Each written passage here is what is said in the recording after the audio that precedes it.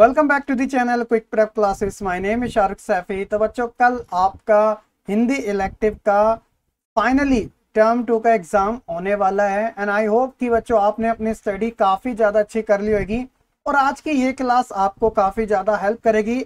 मैं आपको बहुत सारा मटेरियल प्रोवाइड करवाने वाला हूँ और स्पेशली जो मैंने स्टेटस में भी आपको बताया था, एक सेक्शन आएगा आपका अभिव्यक्ति और माध्यम वाला।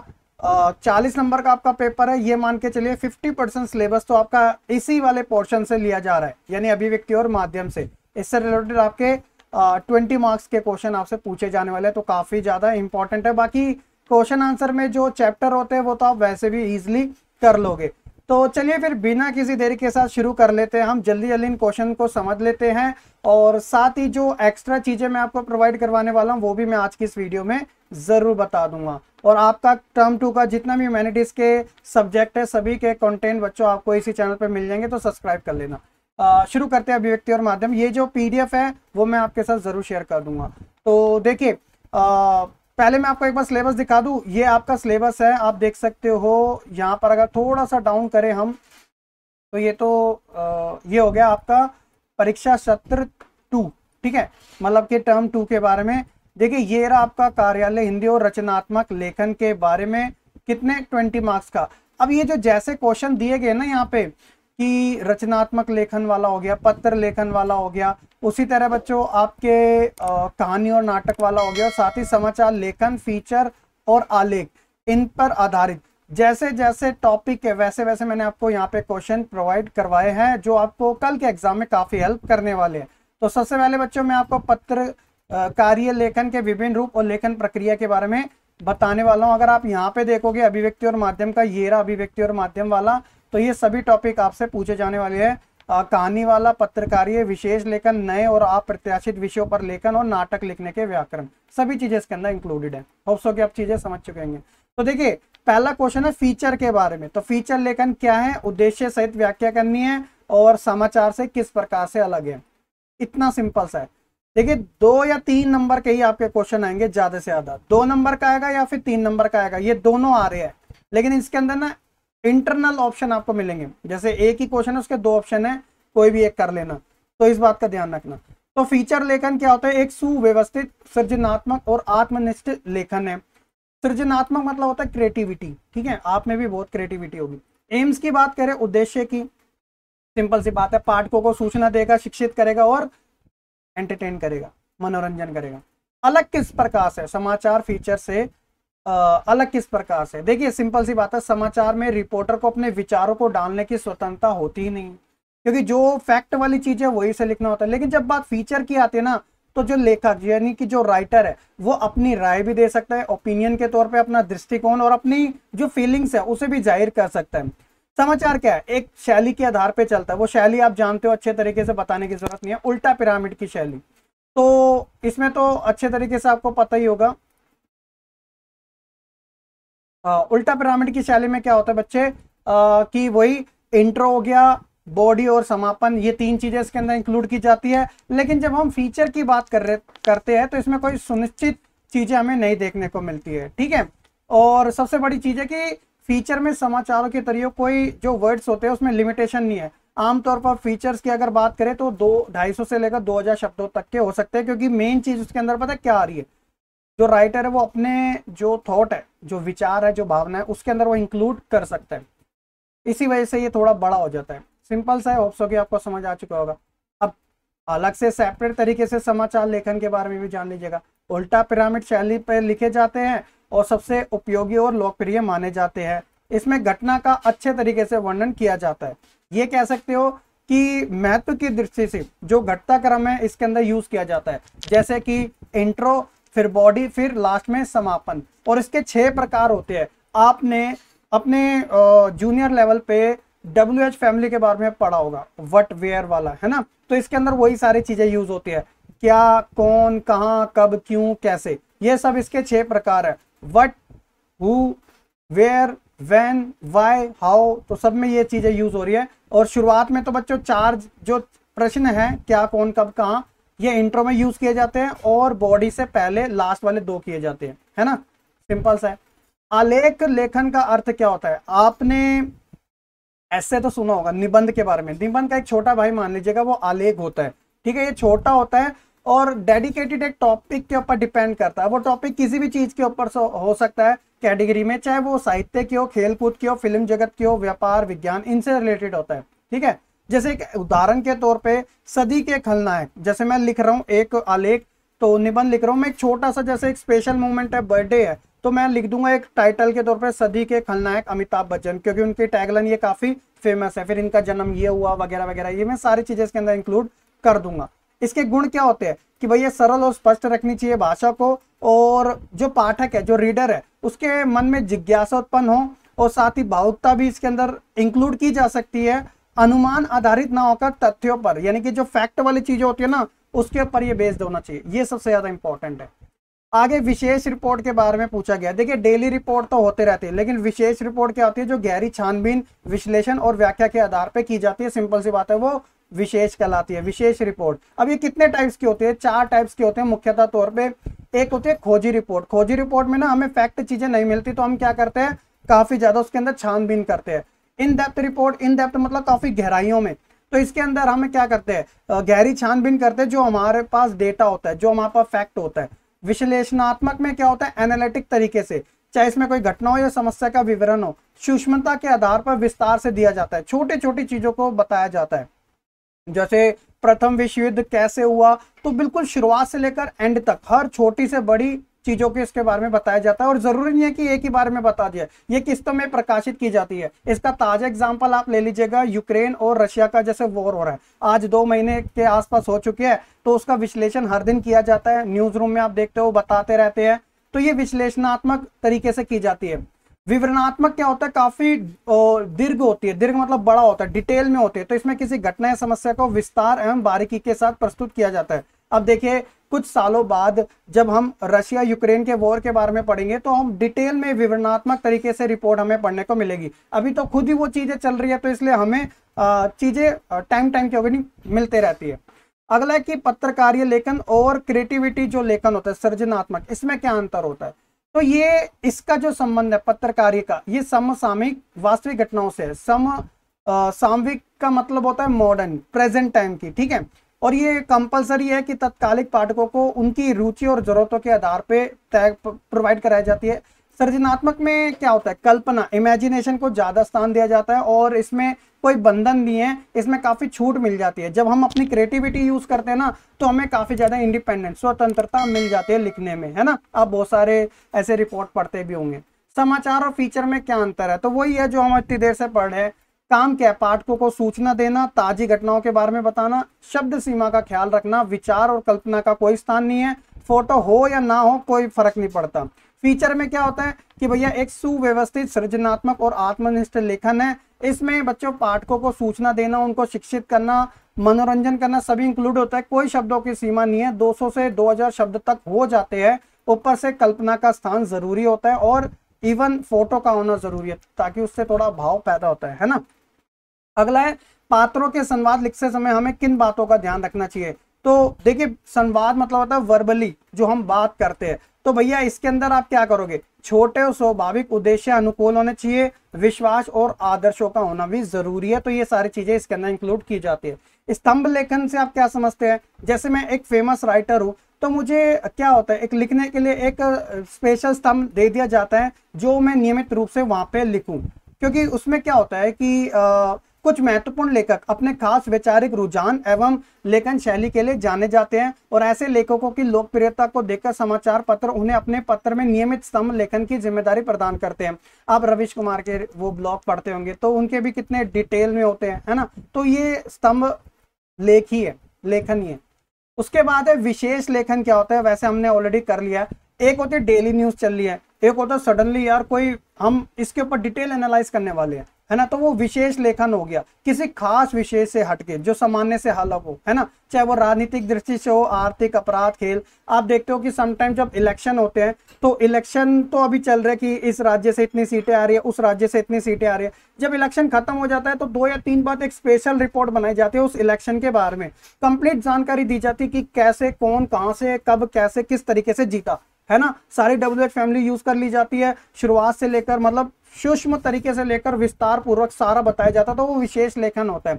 इसमें ना सबके प्रकार अलग अलग होते हैं, क्योंकि कैटेगरियां इसके अंदर काफी ज्यादा मायने रखती है। जैसे एक डेस्क हो गया, डेस्क में क्या होता है, जैसे आप देखोगे समाचार पत्र हो, पत्रिकाएं हो, टीवी, रेडियो, इन सबके विषय में क्या होता है, एक विशेष तरीके का स्थल होता है जिसे हम डेस्क कहते हैं, जो सामने होता है। अब जब देखिए कोई क्रिकेट के स्पोर्ट्स के बारे में बता रहे हैं तो उसके स्टूडियो भी हमें उसी टाइप का दिखेगा, कोई युद्ध के बारे में बता रहा है तो उसी के बारे में हमें ऐसा देखने को मिलेगा। ये डेस्क का है। और बीट क्या होता है, तो विभिन्न विषयों से जुड़े समाचारों के लिए संवाददाताओं के बीच में काम का विभाजन आमतौर पर उनकी जो इंटरेस्ट है, जो उनकी नॉलेज है, उनको ध्यान में रख के की जाती है। मीडिया की भाषा में इसे हम बीट कहते हैं। ठीक है, एक क्वेश्चन पूछा जाता है कि इन दोनों में अंतर क्या है, बीट और विशेषकर रिपोर्टिंग के अंदर। तो बीट रिपोर्टिंग के लिए संवाददाता यानी जो रिपोर्टर है उस क्षेत्र के बारे में जानकारी रखेगा, दिलचस्पी रखेगा, क्योंकि उसे सारी चीजें लिखनी होती है। लेकिन जो विशेषकर रिपोर्टिंग होती है ना, वो सामान्य समाचारों से आगे बढ़ के काफी विशेष क्षेत्र में जुड़ी होती है, चाहे वो घटनाओं से रिलेटेड हो, समस्याओं से या मुद्दों से, बारीकी से बिल्कुल छोटी छोटी चीजों पर विश्लेषण किया जाता है। और समटाइम ये भी होता है कि जो जहां पर विशेषकर रिपोर्टिंग कर रहे हैं उसे वहां की भाषा का, शैली का भी ज्ञान होना जरूरी हो जाता है ना। तो बीट कवर करने वाले रिपोर्टर को संवाददाता और विशेषकर रिपोर्टिंग करने वाले को रिपोर्टर को विशेष संवाददाता कहा जाता है, स्पेशल रिपोर्टर। एक हो गया रिपोर्टर, एक हो गया स्पेशल रिपोर्टर। तो ये सेक्शन बच्चों आपका इससे था। अब कहानी और नाटक वाला भी तो आएगा आप में। तो कहानी नाटक में आप क्या करोगे कि कहानी की भाषा कैसी होनी चाहिए, सहज होनी चाहिए, सरल होनी चाहिए, स्वाभाविक होनी चाहिए। कहानी को रोचक बनाने के लिए कौन सा तत्व सहायक होता है, द्वंद्व। द्वंद्व क्या होता है, दो चीजों के बीच में अपना एक योगदान देता है। जैसे एक फिल्म हो रही है, फिल्म के अंदर काफी ज्यादा सस्पेंस होता है, नाटकीय तरीके से वो शुरुआत से लेकर आखिरी तक चलते रहती है, लोग उसके अंदर कंफ्यूज होते रहते हैं, आगे क्या होगा आगे क्या होगा। तो ये द्वंद्व जो होता है वो कहानी को रोचक बनाने का काफी काम करता है। एक क्वेश्चन आ सकता है आपसे किसी भी टाइप्स के कि कहानी के तत्वों के बारे में बताइए, 3 नंबर में 3 बता देना तब भी काफी है। सबसे पहले आप कथानक या कथा वस्तु के बारे में बताओगे, तो शुरुआत से अंत तक घटने वाली घटनाओं के माध्यम से जो कुछ भी कहा जाता है उसे हम कथानक कहते हैं। क्या कथा सुना रहा है भाई, हम अक्सर मुहावरों में यूज करते हैं। परिचय या चित्र का, चरित्र, कैरेक्टर का यूज कर लीजिएगा। तो कहानी के चरित्रों द्वारा ही लेखक अपना उद्देश्य स्पष्ट कर पाता है और समाज को दे पाता है। संवाद में क्या होता है, तो कहानी के संवाद जो होता है वर्बली, उसे रोचक बनाना जरूरी है। भाषा शैली में क्या होता है कि भैया कहानीकार अपनी रुचि और परिवेश के अनुसार भाषा शैली का चुनाव करके उसे बोधगम्य बनाता है, अंडरस्टूड, है ना, समझने लायक। ऐसा थोड़ी कि हम किसी और बारे में बात कर रहे हैं, हमें कुछ समझ ही नहीं आ रहा, ऊपर से जा रही है चीजें। और वातावरण या परिवेश के अनुसार कहानी के अंदर एनवायरनमेंट दिखना जरूरी है। ठीक है, उद्देश्य भी इसके अंदर जरूरी है कि कोई ना कोई तो उद्देश्य होना चाहिए, हमें किस तरीके से वो कहानी बता रही है। क्या वो सामाजिक बुराई के प्रति है, जागरूकता फैलाने के लिए, या फिर शिक्षा देने के लिए, या फिर एंटरटेनमेंट देने के लिए। हर एक कहानी का कुछ ना कुछ तो पर्पस होता है जिससे हमें कुछ ना कुछ सीख जरूर मिलती है। तो ये छोटे छोटे आपको याद करने पड़ेंगे। कथानक के कितने स्तर होते हैं, आदि, मध्य और अंत 3 होते हैं। केंद्र बिंदु भी इसका कथानक होता है। कहानी के कथानक में द्वंद्व का क्या महत्व है, तो मैंने आपको बताया ना, द्वंद्व एक प्रकार से एक्साइटमेंट लेवल को कायम रखता है ना, ताकि भैया सस्पेंस बना रहे उस कहानी के अंदर, नाटकीय ढंग से वो चलती रहे, कहीं पाठक बोर ना हो जाए, उबासी ना लेने लग जाए। तो इसलिए द्वंद्व का काफी जरूरी महत्वपूर्ण रोल माना जाता है। कहानी और नाटक में क्या अंतर है, देखिए कहानी हम पढ़ सकते हैं, नाटक हमें खुद प्ले करना पड़ता है ना। तो कहानी की तरह नाटक भी साहित्य रूप से प्रमुख विधा है, लेकिन नाटक दृश्य विधा है। दृश्य मतलब विजिबल है, जैसे हम देखते हैं ना नुक्कड़ नाटक, जिसे दर्शक, ऑडियंस के सामने मंच पर, स्टेज पे प्रस्तुत करना होता है। कहानी क्या है, पाठक पढ़ सकता है आराम से। नाटक का संबंध अभिनय से है, एक्टर से है, तथा नाटककार को अभिनेता या मंच सज्जा का ध्यान रखना पड़ता है। कहानी में ऐसी बाध्यता नहीं होती है। कहानी कई बार थोड़ा थोड़ा करके पढ़ी जा सकती है, लेकिन नाटक नहीं, वो तो एक ही टाइम पर है, 2 घंटे का, तो 2 घंटे में उसे पूरा करना पड़ेगा बिल्कुल सही तरीके से। भैया लोग देख रहे हैं आपको। नाटक में समय के बंधन का औचित्य बताना है, तो भैया काफी इंपॉर्टेंट होता है टाइमिंग। आप कोई रोल प्ले कर रहे हो और आपसे डायलॉग भूल जाओ, जिस टाइमिंग पे वो डायलॉग आना था आपसे आया नहीं, तो वो बिगड़ जाता है। तो इसलिए समय का बंधन काफी जरूरी होता है। तो नाटक को दर्शक के सामने एक समय अवधि के बारे में प्रस्तुत करना होता है, और इसी कारण नाटक में समय के बंधन का काफी महत्वपूर्ण ध्यान रखा जाता है, क्योंकि अगर अनुसार नहीं हुआ समय के तो वो खराब भी हो सकता है, इसलिए टाइम पे उसे फिनिश करना भी जरूरी होता है। तो ये बच्चों हमारे दो जो आपके टॉपिक थे उनसे रिलेटेड ये टॉप 18 क्वेश्चन मैंने आपको प्रोवाइड करवाए हैं। और आप यहाँ पर एक बार देख लीजिएगा आपके ये क्वेश्चन इनमें से कितने कितने आएंगे। 4 आपसे टॉपिक पूछे जा रहे हैं अभिव्यक्ति माध्यम के अंदर। एक एक जो टॉपिक होगा, एक ऐसे, एक लेटर। तो ये तो बच्चों हर एक बच्चा आराम से कर लेगा मेरे अकॉर्डिंग, जहां तक मुझे लगता है। ये 5-5 नंबर के आ रहे हैं। जैसे अगर ऐसे लेटर की बात करें, रचनात्मक लेखन, आपको 2 मिलेंगे या 3 मिलेंगे, आपको एक करना होगा। 3 मिलेंगे, ऐसे यहाँ पे लिखा है ना 3 मिलेंगे। अभी आपको प्रैक्टिस पेपर भी दिखा दूंगा, एक आप कर लेना। जैसे हाईली चांसेस है ऐसे या फिर लेटर, दोनों में से ना कोरोना के ऊपर आपसे पूछा जा सकता है, या फिर ऑनलाइन एजुकेशन के बारे में जो डिजिटलाइजेशन काफी तेजी से बढ़ता जा रहा है। ठीक है, बाकी जो कहानियों नाटक वाली है ना, इसमें बच्चों आपका 3 नंबर का एक क्वेश्चन और 2 नंबर का एक क्वेश्चन आपसे पूछा जाएगा, लेकिन ऑप्शन सब में आपको देखने को मिलेंगे। तो ये 5 नंबर जो अभी हमने करा कहानी नाटक वाला, और समाचार लेखन वाला भी हमने करा 3 नंबर का एक, 2 नंबर का एक, लेकिन ऑप्शन मिलेंगे इंटरनली, तो ये भी 5 नंबर हो गया। तो 20 नंबर बच्चों आपके ऐसे कवर अप हो रहे हैं। और एक अच्छी बात बताऊं, अंतराल बुक से 2 ही लेसन आ रहे हैं, कर लेना आराम से हो जाएगा। मेन आपका 16 नंबर बड़ी बुक से, अंतरा वाली से। तो ये जो मेरे को करवाने थे वो मैंने आपको करवा दिए। एंड आई होप कि बच्चों आपको अच्छे समझ आ चुका होगा। और एक चीज और देख लीजिए, टू बी कंटिन्यू का मतलब है कि भैया आगे भी मैंने सपोर्ट मटेरियल से आपके लिए कुछ लेटर लिए, आपको इसी पीडीएफ में मिल जाएंगे और यही दे रखे उसके अंदर। जैसे एग्जाम्पल के तौर पर यहाँ पे दे रखा है कि गत कुछ दिनों से, मतलब प्रीवियस टाइम से आपके क्षेत्र में जो क्राइम है वो बढ़ने लगा है। इसकी रोकथाम के लिए आपको वहां के थाना अध्यक्ष को पत्र लिखना है। तो आप सेवा में थाना अध्यक्ष लिखोगे, जगह का नाम लिखोगे और स्थान लिखोगे, पिन कोड डाल दोगे, सब्जेक्ट लिख दोगे ये श्रीमान करके अपना कहानी शुरू कर देना, भैया ऐसे ऐसे हो रहा है वगैरह वगैरह, छीन रहे हैं भाई, पता ही नहीं चल रहा क्या। और नीचे सारा अपना धन्यवाद करके अपना नाम, जगह और ये सब लिख देना, बस खत्म। एक यहाँ पे एडिटर को दे रखी है। एडिटर को क्या बताया गया है? एडिटर आप जानते हो ना, संपादक, लेटर टू एडिटर इंग्लिश में भी आती है। अपने क्षेत्र में आप जिस एरिया में रह रहे हो वहां बिजली संकट से उत्पन्न कठिनाइयां हो रही है। और वैसे भी आज के समय प्रेजेंट न्यूज बताऊं तो इतने सारे 15 से ज्यादा राज्यों के अंदर भैया बिजली संकट पनप रही है। तो ख्याल रखिएगा, सेफ रखिएगा बिजली को, फालतू की मत चलाना। ठीक है, तो बिजली से रिलेटेड भैया आ सकता है, हाईली चांसेस है, कह सकते हैं। ठीक है, तो इसके निदान के लिए आपको क्या करना है, संपादक को पत्र लिखना है।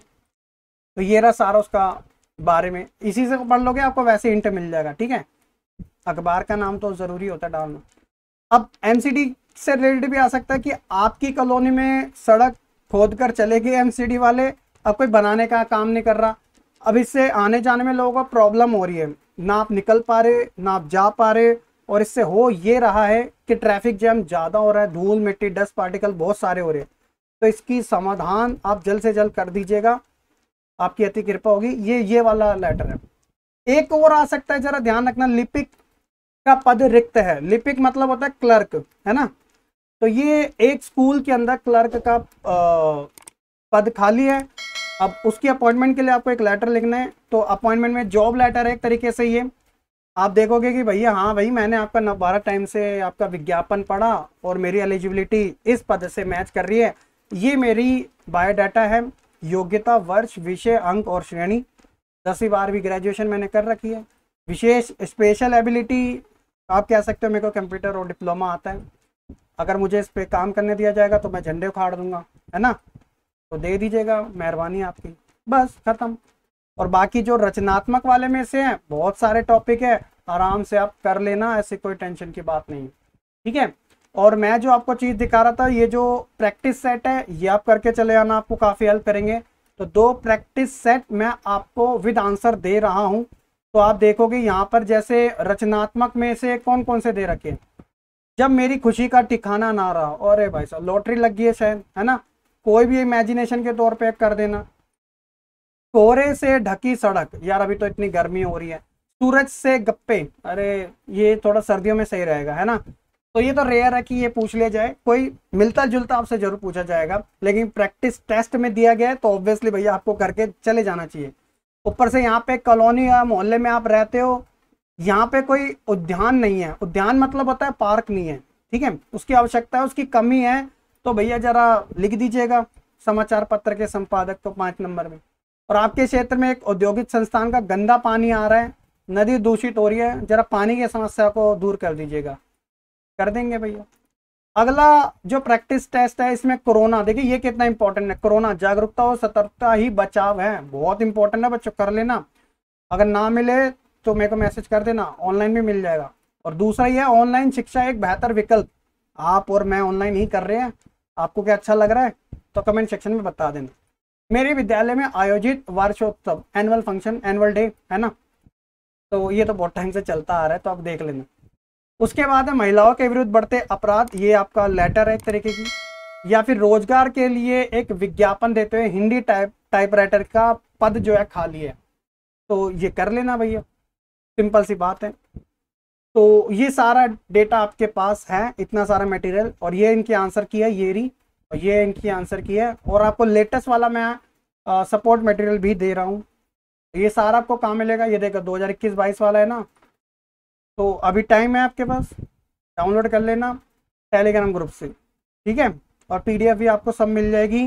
बस लव एंड सपोर्ट बनाते रहिए, ये पूरे महीने जी जान से मेहनत करेंगे सभी सब्जेक्ट की, आप टेंशन मत लेना, मैं आपके साथ हूँ। और ना केवल मैं आपका टर्म 2 करवाऊंगा, बल्कि CU सेट से रिलेटेड जो डोमेन स्पेसिफिक सब्जेक्ट है, चाहे वो आपका पॉलिटिकल हो, जियोग्राफी हो, सोशियोलॉजी हो, हिस्ट्री हो, सभी बच्चों आपके लिए इसी चैनल पे मैं आपको प्रोवाइड करवाने वाला हूँ। आप बिल्कुल भी टेंशन मत लीजिएगा, आपका 12th क्लास के बाद रेगुलर करने का जो सपना है वो ज़रूर पूरा होगा। बस आप मेहनत से पढ़ना और प्लीज़ इस चैनल को प्रमोट करते रहना, बस ये मेरे को आपसे चाहिए, है ना। मिलेंगे फिर अपने नेक्स्ट वीडियो में, तब तक के लिए सभी बच्चे खुश रहे, पढ़ते रहे और ऐसे ही आगे बढ़ते रहे। And all the very best सभी बच्चों को।